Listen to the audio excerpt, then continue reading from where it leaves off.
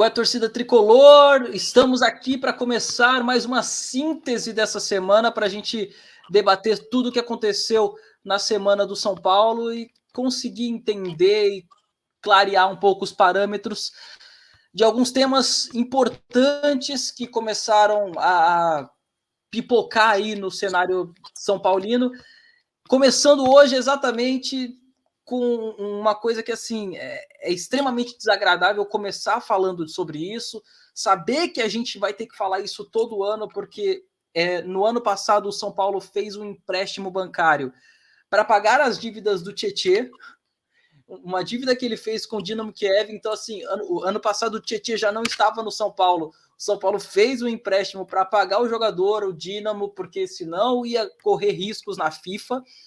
E agora faz um novo empréstimo.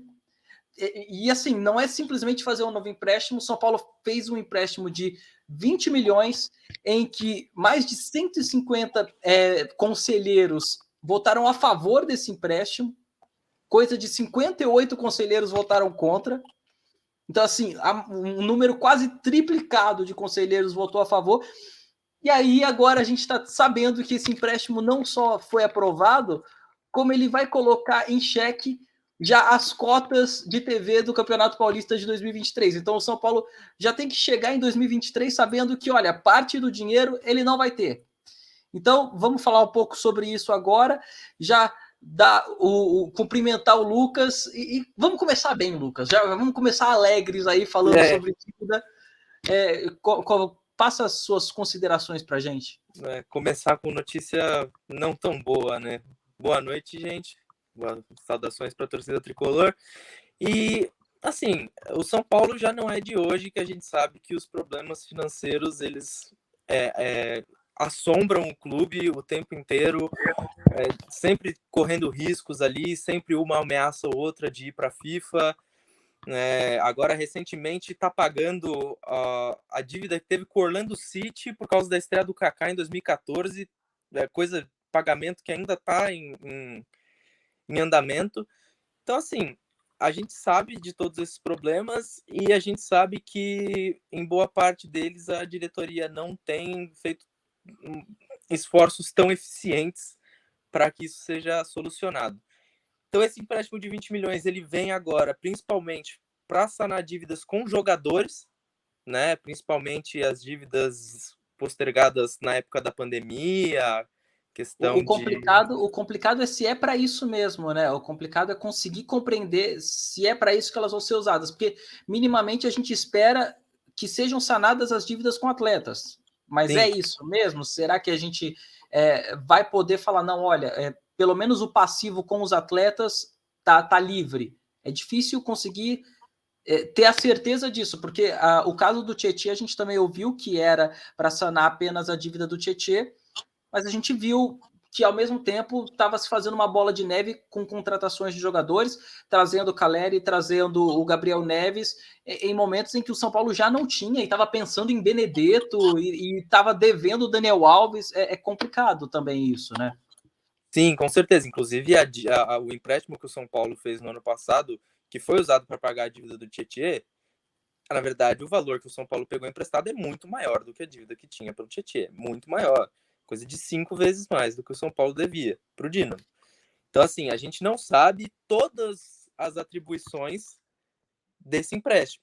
A gente sabe que uma das atribuições dele é dito que é para sanar esse tipo de dívida e que o São Paulo vai ter que começar a pagar esse empréstimo a partir de janeiro do ano que vem em 5 parcelas e que vai usar como garantia os direitos de televisão do Paulista desse ano. Então, assim, é uma bola de neve, a gente sabe que tem diversos problemas. Por exemplo, ano passado, cara, tem coisas que são inacreditáveis, eu já vi muita gente bater nisso, mas o São Paulo devendo um valor X para o Daniel Alves, se eu não me engano era 15 milhões, 14, 13, próximo disso, e pagou exatamente isso para contratar o Orejuela, ao invés de sanar a dívida que você já fez anteriormente. Você gasta mais um dinheiro, faz mais uma dívida, e assim como aconteceu com outros jogadores que o São Paulo foi contratando ao longo da temporada. E a gente entende que o time precisa de reforços. Quando chegou Caleri, Gabriel Neves, precisava. Mas você não pode também agir de maneira irresponsável e tomar empréstimos tão grandes e que comprometam o longo prazo de uma maneira tão acentuada, né? Cara, é gravíssimo você pensar em comprometer cota de TV que você nem recebeu ainda. E assim, é gravíssimo a um ponto em que a gente tem o caso principal que fez isso durante muitos anos foi o Cruzeiro. E aí, a partir do momento em que você vê o São Paulo tomando atitudes iguais às que o Cruzeiro tomou, exatamente de usar a cota que você nem recebeu ainda, você começa a perceber que tem algo grave acontecendo. Você tem um ponto importante aí, é que, de fato, se está sendo usado para sanar a dívida com os atletas, foi algo que a gente ouviu durante todo o ano de 2021 e já agora ouvindo em 2022. Ah, mas a gente não pode reclamar com os atletas porque a gente está devendo. E aí o cara, quando ele está sem receber, é óbvio que ele vai continuar trabalhando, mas ele vai ter as dificuldades familiares dele. Tá, ok, tem tudo isso. Só que é difícil a gente conseguir compreender até onde o São Paulo vai chegar, até onde o São Paulo vai se enforcar, para poder sanar dívidas que ele mesmo constrói. Porque, beleza, você acabou de citar aí que, a gente ouvia muito a atual direção falar que Daniel Alves era algo construído na direção anterior. Só que ele não pode falar isso quando ele vai lá e ele não paga o Daniel Alves, contrata o Orejuela, empresta o Orejuela e você não tem nenhum e não tem nenhum outro. Então, a partir do momento você fala, ok, até que ponto eu estou pagando dívidas, até que eu estou criando mais dívidas e até que ponto essa bola de neve está sendo diminuída ou aumentada a cada momento. É muito complicado você conseguir ter uma compreensão verdadeira quanto a isso. Então, assim, eu acho que o ponto mais importante para mim de todo esse entorno é o quanto o São Paulo não tem uma base de conselheiros que vai olhar para esse tipo de situação e falar, não, peraí, a gente acabou de pedir um empréstimo. O empréstimo era de um valor maior do que simplesmente sanar a dívida. Aonde que foi parar aquele dinheiro? Você tem 155 caras que votaram a favor, em que em nenhum momento você vê eles falando, não, peraí, vamos entender aonde que foi parar aquele dinheiro. Porque o São Paulo teve mais do que o dobro, foi quase o triplo de caras dizendo, não, tudo bem, a gente tem que realmente pedir um novo empréstimo, independente do que aconteceu no ano passado. Então, eu acho que é muito grave você entender que você não tem sequer conselheiros que estejam lá para provocar o contrário, o contraditório. Acho que isso é muito grave, porque a gente não tem uma direção que é coerente com seus atos e a gente não tem conselheiros para bater nessa direção. Então, a cada momento, você vê o São Paulo com menos pessoas para ir contra as besteiras que estão sendo feitas ano após ano. Então, acho que talvez seja o mais grave, ao meu ver, em tudo isso. Não sei se você quer acrescentar mais alguma coisa sobre isso. Não, na verdade, assim, a única coisa que eu queria acrescentar, tudo que a gente está sempre falando aqui que a gente não sabe por que o dinheiro foi usado, a gente não sabe se a intenção é exatamente essa ou aquela. E é uma coisa para a gente pensar que esse a gente não sabe foi exatamente o que a atual diretoria, antes de ser eleita, vivia dizendo que não ia mais acontecer se a gente não sabe. Que era transparência. Era transparência. Eu nunca ouvi tanto a palavra transparência quanto na campanha da atual gestão de São Paulo nas eleições. Então, a gente ficar aqui a gente não sabe para o que o dinheiro foi usado, já é um sintoma grave que a diretoria não está sendo exatamente tão transparente quanto, no mínimo, a gente gostaria de acreditar que ela seria. Mas aí a gente entra exatamente nos outros temas e aí é quando a gente começa a perceber que é transparente, é visível, quando eles querem que seja. É porque essa semana a gente teve um meme com o Júlio Casari, que foi a foto que ele tirou com o Roberto Carlos. E assim, cara, vamos lá. Muita gente veio conversar comigo sobre isso, falar, vamos bater um papo sobre isso, vamos tentar entender que situação foi essa toda. Só que, cara, a questão do Roberto Carlos foi uma vergonha que o Casares ele passou na vida particular dele. Não é algo que me incomoda, não é algo que reflete no São Paulo. Além das pessoas olharem e falarem, poxa, olha como o presidente do São Paulo é tosco. Assim, tirando isso, você não tem outra coisa. A questão é quando você vê o presidente do São Paulo querendo aparecer em momentos piores, querendo aparecer quando você viu ele curtindo postagens de influenciadores que estavam criticando os jogadores, quando você vê ele primeiro divulgando nas próprias redes sociais dele contratação de jogador. Então, primeiro é ele, ou até o grande exemplo de, olha, o maior patrocínio da história. São pontos assim em que você vê que ele se mostrar, ele querer puxar para si, ele ser pavão, como a galera gosta de falar, é danoso para o São Paulo. Nesse momento, eu não vi dano ao São Paulo, além de, obviamente, você ver um monte de torcedor rival dando risada porque o nosso presidente é patético. Mas, tirando esse fato, você não vê um dano próprio ao São Paulo. Só que em outros vários momentos você vê ele realmente causando dano ao clube por querer puxar para si, por querer ser o marqueteiro de si mesmo. Quando o Júlio Casares ele veio com aquela grande promessa de não, poxa, o marketing do São Paulo vai crescer para caramba. A gente só não percebeu que ele estava pensando mais no marketing próprio do que no marketing do clube. Então, o marketing próprio dele vale muito mais. Então, na hora de divulgar a contratação de jogador, é ele. Na hora de olha, vamos avisar aqui. Ele fez um vídeo recentemente falando de uma grande contratação em que ele estava no telefone. Então, ele que tem que aparecer para demonstrar a contratação de jogador, é ele que tem que aparecer para falar que é o maior patrocínio da história, que não é.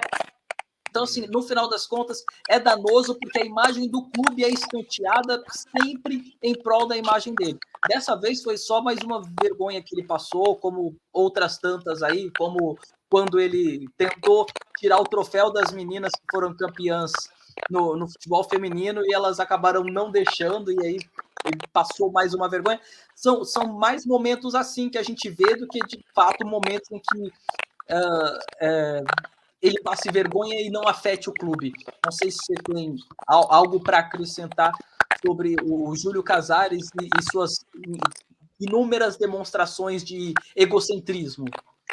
Na verdade, assim, se eu não me engano, a questão que você citou da ligação, eu acho que não é numa contratação, eu acho que é quando ele fecha o contrato com a Sportsbet. Isso. E aí, é naqueles valores mesmo e tal, e que teve todo o marketing do maior da história, querendo puxar para, minha gestão fez isso. E aí, no fim das contas, quando tem aquele primeiro vazamento do contrato, fica claro ali que não era bem assim, que não era exatamente o maior da história.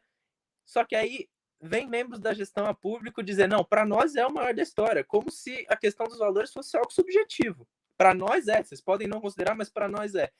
Então, assim, por mais que a gente pense que, por exemplo, a questão do Roberto Carlos não é danoso ao clube de imediato, mas o comportamento em si, ele é danoso não só porque tá puxando, tá vinculando muito a imagem do clube a ele, tá se colocando na frente do clube, não só isso, mas a longo prazo você pode ter um descrédito grande do São Paulo no mercado ou qualquer coisa do tipo, justamente porque dentro de todos os contextos aparece mais o presidente, aparece mais do que o clube, e o presidente faz esse tipo de coisa, pode ser algo que não seja bem visto, pode ser algo que atrapalhe outros tipos de negociações e etc., que a gente não tem como saber o quanto isso influencia, mas certamente pode gerar problemas.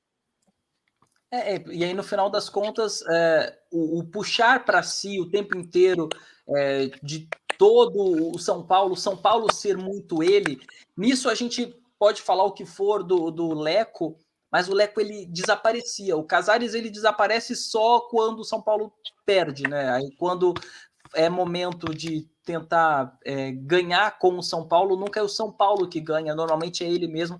E aí acaba, de fato, o São Paulo perdendo um pouco de valor mercadológico, que era exatamente aquilo que era a maior promessa dele. O São Paulo vai se tornar uma marca mais forte. E aí é quando a gente entra em casos como, olha, a SAF vai vir quando o São Paulo tiver uma condição mercadológica melhor. É difícil o São Paulo ter essa condição mercadológica melhor se quando é para se ter, ele abandona o São Paulo, ele tira do São Paulo para puxar para si mesmo. E aí, nesse sentido todo, tanto do empréstimo quanto dessa questão do Júlio Casares, eu queria já puxar para a gente começar a falar a respeito das metas financeiras e esportivas do São Paulo desse ano.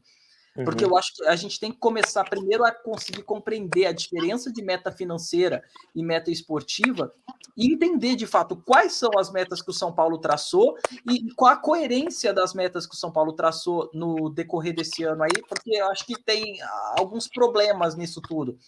No Campeonato Paulista, o São Paulo acabou alcançando a meta, que era pelo menos chegar à final. Só que assim, o São Paulo também planejou umas metas meio estapafúrdias, cara, porque imaginar chegar à final de uma Sul-Americana e uma semifinal de uma Copa do Brasil, acho que são umas tendências muito, muito progressistas. Eu acho que é algo muito forte para você imaginar. Eu estou tentando imaginar um São Paulo chegando às cabeças de todos os campeonatos. E aí, a partir do momento em que eu imagino o São Paulo chegando nas cabeças de todos os campeonatos, mas eu olho para todos os campeonatos e eu falo, o meu foco está no Campeonato Brasileiro, eu acho que tem alguma coisa sendo puxada para lados opostos aí. Como que a minha meta financeira é ir longe nas Copas e a minha meta esportiva é focar no Campeonato Brasileiro? Você consegue entender aonde que está a lógica em tudo isso? Cara, na verdade não, e eu vou pontuar aqui que é um erro que o São Paulo comete há anos.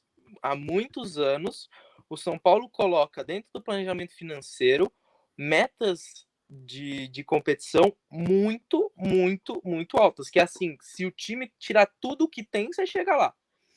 Quando você divide a meta esportiva e financeira, não tem problema você colocar a meta esportiva dos campeonatos como algo mais à frente. É um norte que você tem. É aquilo que você vai apresentar para o seu treinador, para a sua comissão técnica, para o seu diretor de futebol e falar, ó, nosso trabalho é aqui que a gente quer chegar. Mas quando você vai traçar a meta financeira baseado nisso, você tem que contar com menos. Você tem que contar com menos. É claro, você não vai fazer a meta financeira falando assim, contando que a gente fique em 16º. Não. Mas você não pode falar assim, não. A nossa meta financeira, ou seja, para a gente não ter problemas com relação aos nossos cofres no ano, porque a gente vai gastar baseado nessas metas financeiras. Para a gente não ter problemas financeiros no nosso ano, a gente vai chegar, no mínimo, na semifinal das 2 competições de mata-mata que a gente tem, sendo uma delas na final. E ainda vai, eu não lembro exatamente se a meta do brasileiro é sexto ou quarto. Sexto. E ainda vai, focando em chegar nas finais das Copas, ainda vai pegar o G6 do Brasileirão. Cara, quando foi a última vez que isso aconteceu? Quando foi a última vez que, jogando 3 competições simultâneas, o São Paulo chegou à semifinal de uma, à final de outra e ficou lá em cima no Brasileirão, considerando a força de alguns concorrentes? E aí você volta exatamente para a bola de neve que a gente abriu aqui o vídeo falando. Nossa, mas aí a gente está pedindo de novo um empréstimo. Por que será? Porque a gente não se organizou no ano anterior.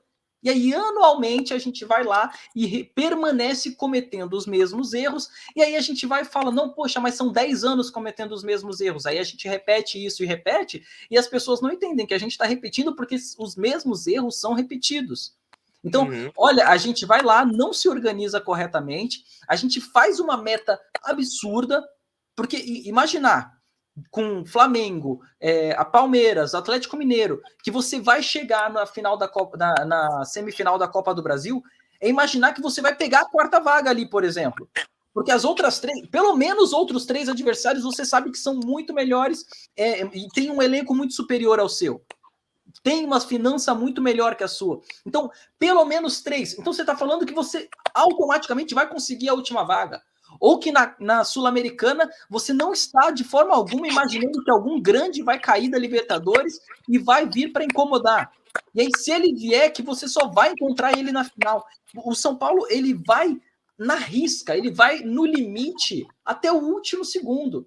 E aí, por exatamente viver no limite, que você aí no ano seguinte já está comprometendo novamente as despesas de Campeonato Paulista, de cota de televisão. E aí essas cotas vão se tornando cada vez mais difíceis de se manter. E aí quando as pessoas vêm e falam, poxa, o São Paulo pode seguir no mesmo caminho do Cruzeiro. Não é que pode seguir. São Paulo está seguindo o mesmo caminho do Cruzeiro.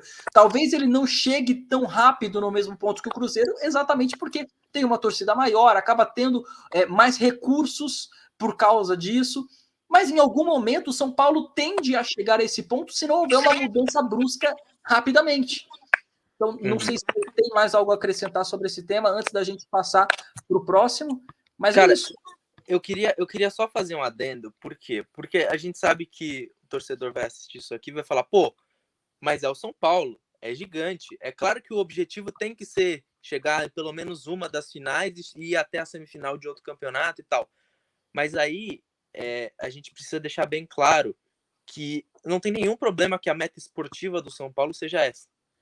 Mas a meta financeira, você tem que contar com um dia ruim, você tem que contar com os problemas que vão acontecer no meio do caminho, você tem que se planejar para se der errado. Você tem que se planejar para uma catástrofe, porque você está falando de finanças. Você tem um compromisso financeiro, a partir do momento que você tomou ele, não importa se você vai receber o dinheiro ou não para pagar, você continua devendo. Você vai ter que pagar. Não importa se você conseguiu o dinheiro que você esperava para pagar ou não. A pessoa para quem você está devendo não se importa com isso. Então, quando você vai fazer um planejamento financeiro, você planeja as suas despesas baseado no que você imagina que vai ter de receita. Se você imaginar que a sua receita vai ser atingindo todos os objetivos esportivos que você tem, você está trabalhando o tempo inteiro com a corda esticada no máximo. Ela pode arrebentar em qualquer momento. E é isso, né, cara? E é importante a galera conseguir compreender a diferença de meta financeira e meta esportiva, né? Porque a meta esportiva, de fato, sempre vai ser chegar o mais longe possível. A meta financeira é que não pode ser levada ao limite da mesma forma que a meta esportiva. E aí, assim, cara, um outro assunto que a galera acabou falando bastante durante essa semana foi que no jogo desse meio de semana, o Rogério Ceni ele estava com a parte de cima do moletom, a parte de cima da blusa era da Adidas, enquanto a parte de baixo era da Under Armour, a antiga patrocinadora do São Paulo. E aí muito começou a se falar contra a Adidas e muito começou a se especular se isso tinha sido intencional da parte do São Paulo. Acho que é importante a gente pontuar isso, não encontrando aqui o lado correto ou o lado errado, porque eu falo há muito tempo isso, a Adidas ela não é uma patrocinadora que respeita de verdade o São Paulo. Você vê uma diferença absurda no que ela faz, no trabalho que ela faz em outros clubes, inclusive no Flamengo. Eu acho que o trabalho que ela faz no Flamengo é muito mais digno, e sempre que esteve aqui, desde essa passagem que ela tem estado no São Paulo, ela tem feito um trabalho complicado, um trabalho cheio de problemas. Só que, assim, eu acho complicado também a gente afirmar de fato que não tinha como o Rogério Ceni vestir um moletom aleatório, sem marca ali. Eu acho que tem outros pontos importantes ali. Acho que talvez uma retaliação, talvez uma forma do São Paulo dizer, olha, é como a empresa já deu mancada comigo várias vezes, eu quero mostrar que eu não estou satisfeito com ela. Eu só não sei até que ponto isso aí é benéfico para o clube, de novo. Não é a primeira vez que isso acontece. Semana passada a gente já tinha ouvido que o Rogério estava sem material para ele, e eu não acho que ele vai ficar sem material 2 semanas seguidas e ninguém vai fazer nada. Eu acho que é meio questionável, principalmente porque eu não estou falando que não está tendo material para divulgar entre os torcedores. Eu estou falando que não tem material para o meu treinador. Eu acho que é muito grave imaginar que a Adidas não está produzindo algo unicamente para o treinador. De fato, é um trabalho porco, é um trabalho ruim, péssimo da Adidas.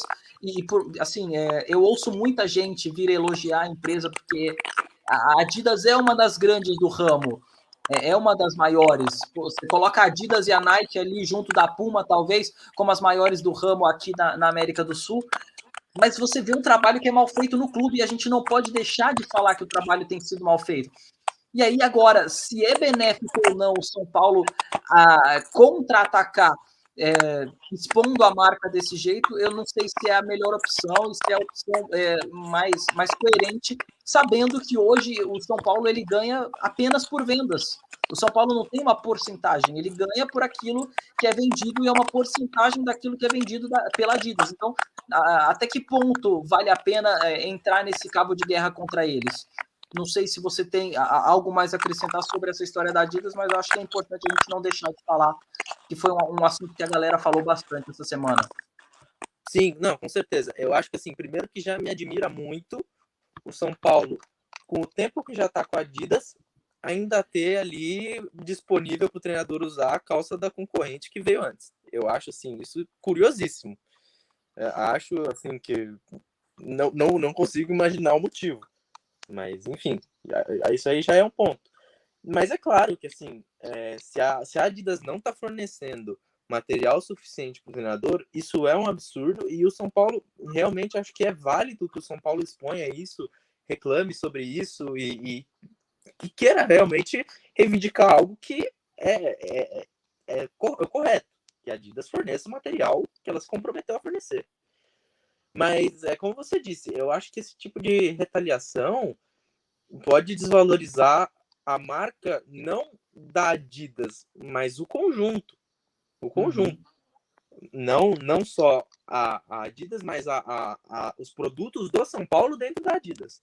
Então, acho que por mais que seja válido tentar retaliar de alguma forma ou expor de alguma forma, acho que não é a maneira correta, apesar de eu achar também que em alguns momentos tentaram colocar isso como algo maior do que é. Não acho que o Rogério usar a calça da Under Armour tenha sido um escárnio com a marca ou algo do tipo, como muita gente tentou colocar.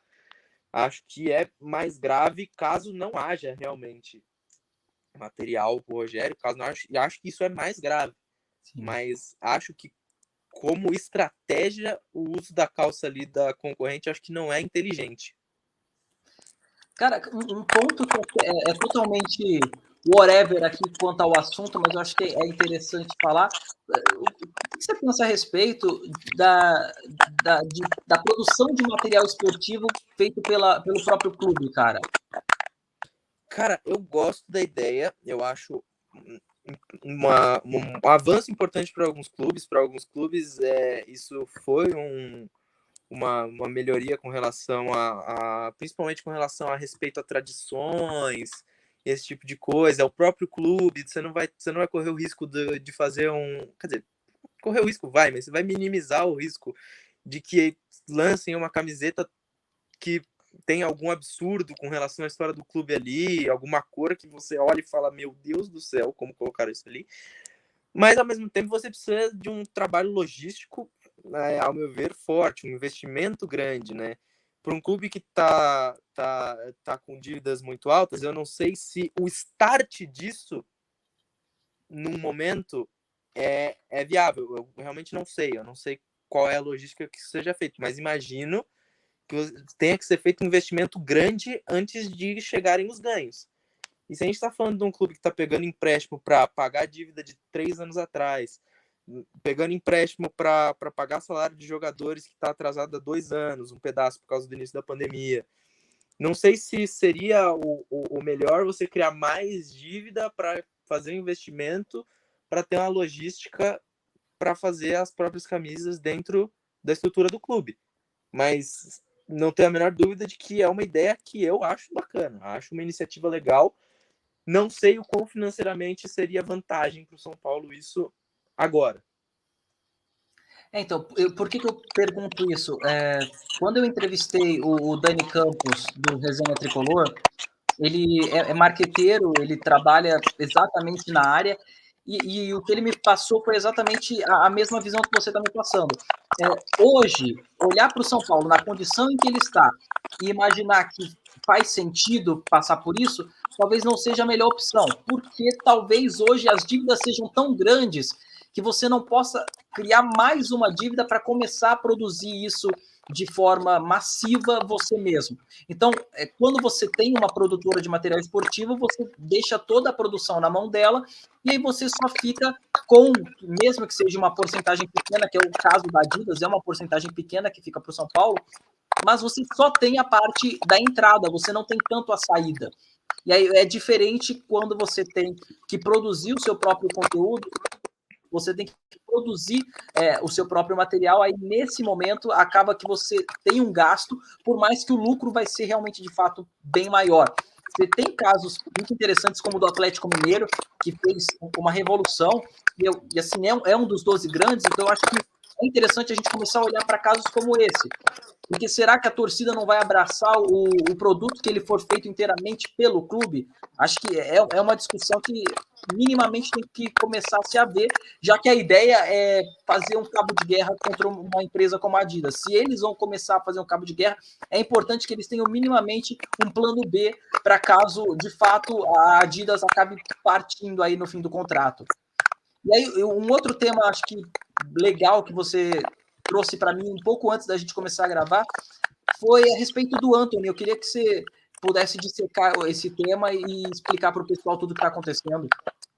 O Antony, que pode ser um grande alívio inesperado, não inesperado, né? Porque a venda dele do Ajax para qualquer outro clube maior já era esperada, mas um alívio antes do esperado para o São Paulo em algumas questões de compras, fazer parte, né, entrar ali no que seria uma meta de vendas, mesmo que não esteja mais no clube, a porcentagem que o São Paulo tem dele é boa. E aí o que está acontecendo, né? O Erik ten Hag, o treinador do Ajax, ele acabou de ser contratado pelo Manchester United, que quer fazer uma reformulação grande ali dentro do clube, no seu elenco, departamento de futebol e tudo isso. E, a princípio, os rumores dizem que uma das contratações que o Ten Hag quer logo no seu início, logo nessa janela de meio do ano, chegando no Manchester United, é o Antony. E já tem-se especulação de valores, né? O valor que tem sido especulado pelos jornais ingleses, se eu não me engano é o Bild, mas eu posso estar equivocado, então não vou dar certeza, é de 60 milhões de euros, seria mais ou menos o valor onde estão especulando que o Antony seria vendido. O São Paulo hoje tem direito a 20% disso, mais 3,5% por causa da cláusula de solidariedade, né, do mecanismo de solidariedade. Esse valor de 60 milhões, os 23,5% que o São Paulo teria direito, chega a 14,1 milhões de euros, o que convertido para a gente pensar em reais, daria próximo dos 70 milhões de reais, entre 69 e 71, 72, dependendo da cotação que tiver na época, que daqui a alguns meses pode mudar bastante, a gente sabe que isso tem sido bastante volátil, mas com certeza algo próximo da casa dos 70 milhões de São Paulo, para o São Paulo, né? O que para um clube que tem uma dívida de 700 milhões acumulada hoje, 70 milhões é um décimo da dívida, sem contar, claro, todos os gastos anuais e mensais que tem. Seria um grande alívio. É um jogador que foi vendido, ao meu ver, por um valor que não era exatamente o que ele valia. Eu imagino que ele valeria mais naquele momento. Mas a gente sabe que a realidade de um clube, que é a maioria dos brasileiros hoje, que tem muitas dívidas, que tem um passivo muito grande, que tem dificuldade de pagar dívidas de curto prazo, você tem que aceitar valores menores para você ter uma garantia de que você vai receber algo, né? Você não pode forçar num valor alto, correndo o risco do clube que está tentando comprar ele desistir, né? Então, o Antony não foi uma venda horrível, mas também não foi o valor que naquele momento, pela personalidade que mostrou, pelo futebol que mostrou e pela curva de evolução que estava tendo, ele valeria mais. Mas a gente sabe que tem isso. O São Paulo fez muito bem em conseguir manter 20% dele, que é o que vai gerar essa provável receita no meio do ano aí para o São Paulo, que é muito bem-vinda, né? E a dureza, no final das contas, é você imaginar que você tem que contar com dinheiros que venham aí de jogadores que talvez sejam ou não vendidos por outros clubes, porque você se comprometeu financeiramente de forma incorreta e você continua fazendo bagunças financeiras. Mas o importante mesmo é que a gente ouviu que no final desse ano a dívida estaria menor, e aí o ano já começou a dívida estando equivalente à anterior e até superior em alguns pontos. Então é difícil. Um ponto importante que eu queria falar, cara, é que como a gente acabou de passar por uma partida contra o Juventude, em que o São Paulo foi mesclado. O São Paulo foi contra um time que, em tese, é inferior ao São Paulo. O São Paulo foi jogar contra um time que é, em tese, inferior. E aí, em razão disso, o São Paulo acabou mesclando os jogadores. Agora, nesse final de semana, não. Nesse final de semana, o São Paulo vai, talvez, encarar um time que é equivalente em força ao São Paulo. E não apenas isso, como a primeira vez em que o Rogério Ceni perdeu nessa segunda vinda para o São Paulo, que ele retornou ao São Paulo, a primeira derrota dele foi para o Bragantino. Ele estava com um quarteto da primeira linha, formado por Orejuela, Miranda, Arboleda e Reinaldo. E aí, novamente, enfrentou esse Bragantino, agora no Campeonato Paulista, já com a linha que a gente tem conhecido e tem visto atuar nas últimas partidas, a linha considerada titular, com Rafinha, Diego, Léo e Wellington. Eu queria entender de que forma o São Paulo tem que jogar contra o Bragantino, como o Bragantino vem para jogar contra o São Paulo, e aí como que o São Paulo já tem que começar a pensar em formar essa primeira linha, que talvez seja o ponto crucial para saber até o quanto o São Paulo vai sofrer para enfrentar esse adversário. Bom, vamos lá. O Bragantino hoje, ele é um time com um dos trabalhos mais longevos do futebol brasileiro, né? O que faz bastante diferença. É um time que já tem muito bem estabelecido suas mecânicas, os jogadores já se entendem muito bem entre si. Isso é sempre uma vantagem, né? Por mais que o Bragantino não seja, se a gente for pensar nos maiores times do futebol brasileiro, não seja o que a gente olha e fala, nossa, que perigo, né? Que camisa.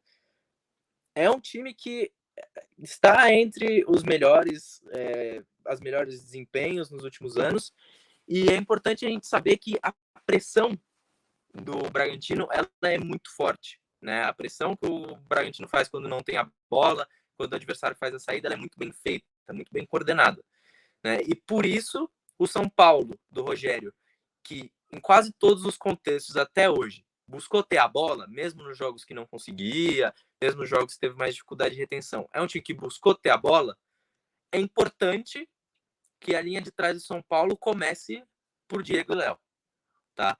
Não só porque eles têm mostrado, mesmo defensivamente, valências melhores do que o Arboleda e o Miranda nessa temporada, também porque para o São Paulo reter a bola, para o São Paulo conseguir sair limpo de trás de uma pressão que é muito forte, muito bem coordenada, o São Paulo vai precisar disso. Para o São Paulo não ter que depender de ligações diretas para o Caleri, que não é a característica do time, que é uma coisa que o time, quando tem que fazer, tem dificuldade de coordenar, tem dificuldade de um jogador chegar e brigar pela segunda bola depois que o Caleri disputa. Então, assim, a gente precisa pensar nesse time começando com Diego e Léo. Justamente por causa disso, e também porque o Bragantino tem jogadores rápidos pelos lados. O Bragantino tem um centroavante que escapa muito da área, que é o Ítalo, e os jogadores com a capacidade de perseguição um pouco maior que o Léo e o Diego têm, também são uma vantagem com relação a Miranda e Arboleda, que nos duelos individuais tem mostrado bastante dificuldade nos últimos jogos. Por mais que, se a gente olhar para trás, para o histórico, sejam dois bons zagueiros. O Miranda nem se fala. O Miranda, nos últimos anos, foi um craque da zaga. Mas, né, a gente sabe que tem questões físicas, tem questões de idade, tem questões de forma de jogar, características. E essa dupla tem que começar, né, por Diego e Léo. A vantagem do São Paulo nesse jogo é que o Bragantino está há um tempo já sem o Arthur, né, que foi o grande jogador deles no ano passado, É um jogador que é muito perigoso, vindo do lado direito para dentro ou atacando profundidade, todo esse tipo de coisa. Mas, ao mesmo tempo, o Bragantino também tem o Elinho. E tem outros jogadores ali que podem ser muito perigosos. Então, eu acho que o São Paulo não vai abrir mão de tentar ter a bola quando tem essa oportunidade, mas tem que tomar muito cuidado, né, quando tiver com a bola ali atrás, porque a pressão do Bragantino é muito bem feita. E a construção do São Paulo vai depender muito, muito, muito, muito de como os jogadores do meio vão se comportar ou como o Rogério vai armar esse time no meio. Por quê? Porque contra o Juventude, o meio e a defesa ficaram extremamente distantes, e quando a bola estava na frente, os jogadores estavam extremamente distantes em vários momentos. As melhores jogadas, se é que a gente pode chamar de grandes jogadas, do São Paulo naquele jogo, aconteceram. A jogada que saiu o escanteio, que saiu o gol do São Paulo, por exemplo, acontece no momento em que você tem o Reinaldo, o André Anderson e o Nestor encostados ali e o Alisson junto. Então você tem diversos jogadores daquela região do campo, mais um atacante e o meia central encostando neles. E aí você tem mais oportunidade de fazer tabela, você provavelmente vai ter uma certa superioridade numérica, porque o time vai estar postado defensivamente, normalmente em algumas linhas. Então o São Paulo precisa buscar superioridade numérica nos setores e trabalhar as tabelas. Né? É claro que contra um time bem postado como o Bragantino, um time que sabe muito bem jogar com a bola, também vai buscar ter a bola, assim como o São Paulo, vai ser um duelo muito difícil. Até porque o São Paulo, quando tem menos a bola, costuma ter dificuldades. Né? Então, a chave para que o São Paulo faça um bom jogo é que consiga, não necessariamente ter mais a bola, no sentido de, vou ter mais de 50% de posse.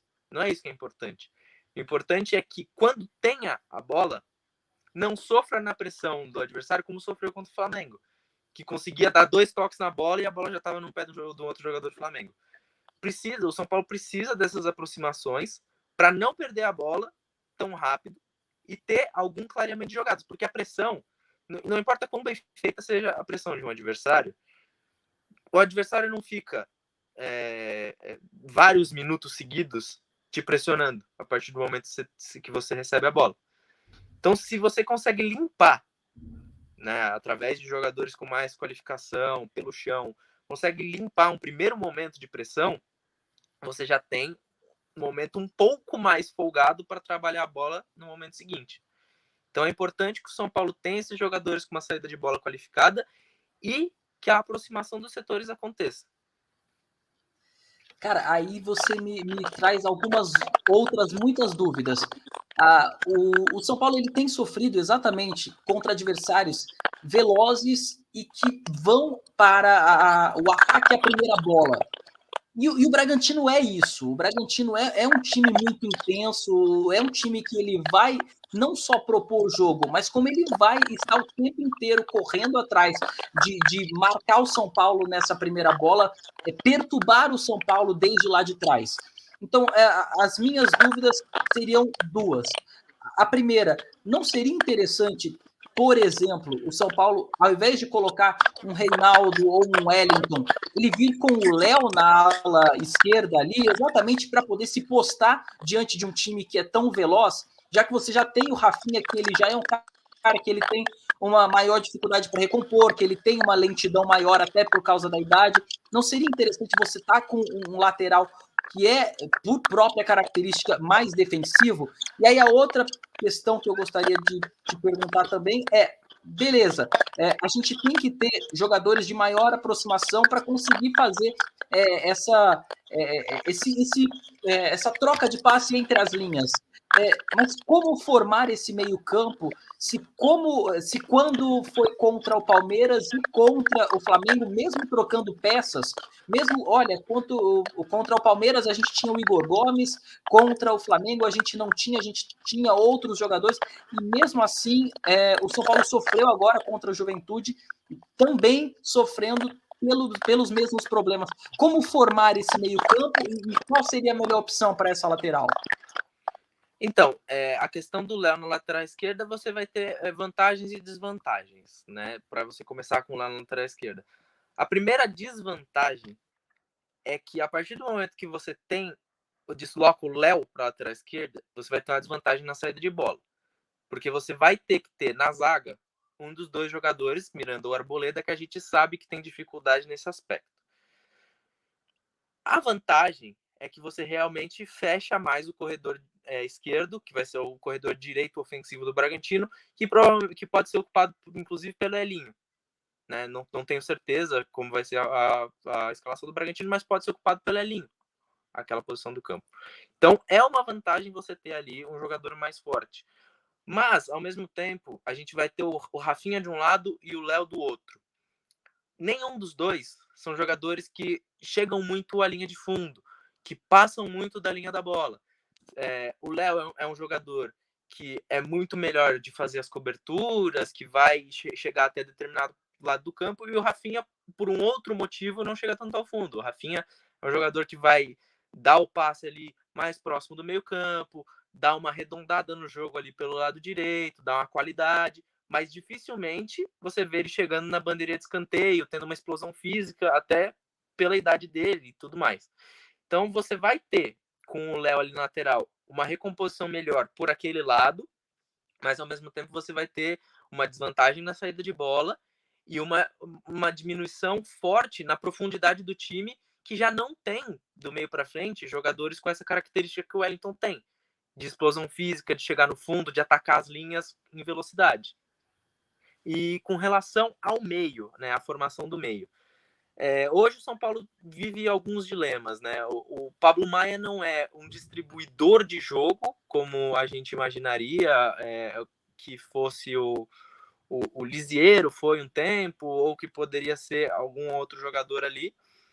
Mas hoje ele parece a melhor opção para o São Paulo, em questão de você ter um equilíbrio entre a saída de jogo e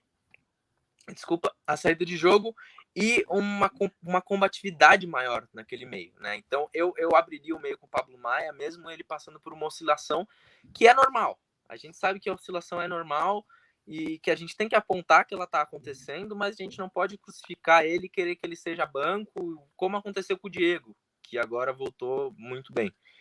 E aí, ali do meio para frente, eu não tenho gostado das partidas do Alisson, apesar da gente saber que ele é um jogador que o Rogério gosta bastante, que faz uma função tática que o Rogério gosta e tudo mais. Eu, particularmente, eu não sei qual é a condição física do Sara, mas eu gostaria que esse meio-campo tivesse essa linha de 3 do meio, iniciasse por Nestor e Sara, né, invariavelmente. Eu acho que são as melhores opções, tanto para o São Paulo ser mais combativo e mais criativo ao mesmo tempo. E você tem o Sara, que é um jogador que faz boas infiltrações, faz boas tabelas. E aí esse terceiro homem, eu imagino que o Alisson não perca a vaga. Não sei dizer ao certo. Eu imagino que ele não perca a vaga, então não sei se vale a pena a gente divagar sobre quem poderia ser. Mas a gente sabe que outros jogadores podem ter essa função. O Igor pode aparecer ali, apesar de ter sido raros os momentos esse ano que a gente teve um meio com Nestor, Sara e Igor, né? É um meio que não que perde velocidade, mas ganha, ao meu ver, ganha em combatividade, ganha em solidez, ganha em criatividade. Eu gostaria, no meu São Paulo ideal, gostaria de ver esse meio com Nestor, Sara e Igor, não apenas para o duelo do Bragantino, mas para a criação do time no geral. Mas eu não vejo o Alisson perdendo a vaga dentro da cabeça do Rogério ainda. E, cara, assim, se você parar para pensar exatamente na questão de aproximação, eu vejo Igor, Sara e Nestor, eles funcionando muito exatamente nessa questão da aproximação. A gente viu muito isso no time do Diniz, e então eu acho que visando exatamente o ponto que a gente vê como o necessário nesse momento, acho que seria importante. Só que tem exatamente outros dois caras que talvez tenham sido muito pedidos pela torcida, e acho que é legal falar a respeito deles, exatamente para pontos como esse. Você falou da oscilação do Pablo Maia, você falou desse último homem do meio, e tem dois caras que têm sido pedidos demais pelo torcedor. E eu queria ouvir de você se faz sentido o pedido, se é incoerente, se de fato talvez não seria os melhores nomes para o momento, realmente é melhor esquecer, que são os casos do Gabriel Neves, que é talvez esse passador no estilo do Lisieiro que você falou, e talvez o Luciano, ou sendo mais um homem de meio, ou talvez substituindo o Éder. Como que a gente poderia formar um time tão importante a gente entender isso? Então, o que eu acho importante a gente pontuar sobre o Gabriel Neves é que é o seguinte, eu acho que o pedido dele pela torcida é muito mais do eu não sei o que esse cara pode entregar, eu não vi esse cara. Então, assim, a nossa posição de primeiro homem está tendo uma oscilação forte. A gente tem o titular dos últimos 2 anos com uma dificuldade física de voltar e o titular atual no momento de oscilação. E aí a gente tem o Gabriel Neves, que foi muito pouco visto até agora. Então, eu acho que é uma reivindicação válida, mas eu acho que para um time que hoje joga majoritariamente com um primeiro volante e uma linha de 3, eu acho que o Gabriel Neves seria um cara mais para jogos onde você sabe que o São Paulo vai ter a bola o tempo inteiro. Porque ele não é um jogador extremamente combativo, não é um jogador que vai fazer coberturas longas, não é um jogador que vai ser um cara roubador de bola em determinado espaço do campo. Ele vai ser realmente um cara mais passador, mais vitimista, principalmente lançador. Ele é muito bom lançador, né? Ele faz muito bem alguns lançamentos, algumas inversões. Mas pensando pro jogo contra o Bragantino, por exemplo, você começar com o Gabriel Neves de primeiro volante é defensivamente um risco enorme. Porque você vai ter um meio que pode começar ou com o Johan ou com o Praxedes, você tem o Ítalo ali, alguém vai ter que ser perseguido pelo primeiro volante, o Gabriel Neves não tem essa característica, né? Sobre o Luciano, eu sou um grande defensor do Luciano no time titular. Eu acho que ele agrega no sentido da criação, nessas aproximações. Acho que ele busca muito o setor da bola, e isso é muito positivo para as características do elenco do São Paulo hoje. Acho que ele é um jogador que transita muito, então ele consegue recuar perto do volante para ajudar na armação da jogada e, ao mesmo tempo, quando a jogada se desenvolve, chegar perto do Caleri para fazer tabelas e parceria, que o Caleri tem problemas quando está muito isolado, mas ao mesmo tempo eu entendo a opção pelo Éder para o momento sem bola do São Paulo, né? Eu prefiro o Luciano hoje, mas eu entendo que quando o São Paulo vai precisar pressionar a defesa do adversário, vai precisar ter uma recomposição forte, vai precisar que alguém persiga o primeiro volante deles, que, se eu não me engano, vai ser o Jadson, algo do tipo, eu entendo os benefícios que o Éder traz, né? Eu imagino que se a gente juntar os dois pedidos numa escalação só, então você tem o Gabriel Neves e o Luciano no mesmo time, você tem um time que é um time extremamente aberto para quando o adversário tem a bola. É um time que você não tem muita combatividade, você precisa ter convicção de que você vai ter a bola quase o tempo inteiro, né? Aí faz algum sentido. Agora, você começar a manter a estrutura, ter o Pablo Maia no meio e testar o Luciano na frente, porque o time tá com dificuldade de reter a bola, acho ótimo. Acho uma ótima opção. A minha única dúvida, de fato, quanto ao Luciano, seria exatamente sobre o quanto ele segura a bola, né? Porque talvez com um adversário veloz, como é o caso do Bragantino, não seria tão interessante segurar tanto ela.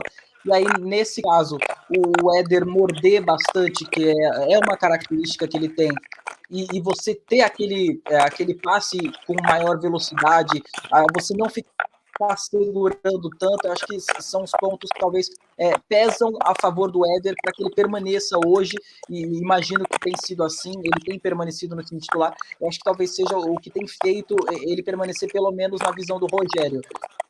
Eu não sei se você tem mais alguma coisa que você queria acrescentar, a gente já está aqui batendo um papo, já tem quase 1 hora, o papo rendeu, mas se você tiver mais alguma coisa a acrescentar, estamos aí. Não, é basicamente isso. Acho que a gente passou pela maior parte dos pontos mais importantes. Acho que esse jogo do Bragantino... o São Paulo está numa sequência muito complicada, né? São 4 jogos seguidos fora de casa, o que além de ser um problema em questão de você não tem o apoio da sua torcida por 4 jogos seguidos, é extremamente desgastante no sentido de viagem, tempo de recuperação, treino. Você não vai voltar muitas vezes para o seu CT para você fazer uma regeneração apropriada, um treino da maneira como você gostaria. Então, acho que assim, é um momento delicado para o São Paulo. É um momento delicado porque você vai jogar fora de casa, você já tem um rótulo ali de que o São Paulo fora de casa não vai bem, e você já tem toda essa pressão, e aí você ainda não tem as condições ideais de regeneração, de treino, de tempo. Então, é um momento delicado, é um momento em que a gente precisa, entre aspas, entender a oscilação, apesar de não ter que aceitar más atuações, a gente tem que entender altos e baixos nesse momento. É claro que se a gente ficar só no baixo, é um momento de fazer cobrança. Mas a gente oscilar nesse momento, eu acho que é algo que a gente precisa ponderar de acordo com o contexto. Porque, além da sequência de jogos ser muito próxima, o São Paulo jogou na quarta-feira, vai jogar no sábado de novo, né? A gente brinca que jogar quarta e domingo toda semana é muito próximo, imagina quarta e sábado. E ainda fora de casa, com uma viagem, é complicado. É complicado e me preocupa o quão fisicamente os jogadores, tanto titulares quanto reservas, vão estar no seu auge ou próximo disso para as partidas, para as próximas 2 partidas pelo menos. Então é algo a se ponderar. Então, assim, minimamente é importante a gente olhar e falar, beleza, o São Paulo poupou vários jogadores para ir lá para o Sul, mas talvez tenha uma fundamentação física quanto a isso, né? Talvez ele não tenha poupado simplesmente porque era uma Copa do Brasil. Talvez tenha realmente um motivo, e era exatamente para que você tivesse todos os jogadores em condições minimamente aceitáveis para poder jogar uma partida que vai exigir bastante, que é esse jogo contra o Bragantino, no sábado, às 4h30 da tarde, depois do jogo, estaremos aqui para bater um papo sobre essa partida. E acho que é isso, a gente falou de muitos assuntos aqui, a gente volta para falar depois sobre o pós-jogo, sobre como que foi esse jogo. E ficamos por aqui. Se você assistiu até aqui, curte, compartilha, divulga nas suas redes sociais. E como sempre, galera. Vamos, São Paulo!